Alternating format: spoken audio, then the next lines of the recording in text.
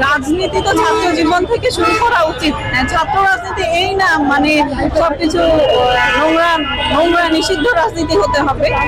সবার স্বতঃস্ফূর্ত অংশগ্রহণ নিয়ে জনগণের যেন উপকারে আসে এই রাজনীতি আমরা করব। যারা নিষিদ্ধ চায় তাদের ব্যাপারে কি বলবেন? তারা কেন নিষিদ্ধ চাচ্ছে আমি জানি না। তারা যদি মানে মানুষের উপকারে আসার রাজনীতি করতে চায় অবশ্যই করবে, এতে আমরা সাধুবাদ জানাই। বন্ধ করার কিছু নেই রাজনীতি। এই রাজনীতি তো কোনো পার্সোনাল কিছু না যে বন্ধ করে দিলাম। হ্যাঁ, রাজনীতি একটা গণতান্ত্রিক দেশে রাজনীতি করবে, এটা তো সবার অধিকার, এখানে বন্ধ করার কি আছে?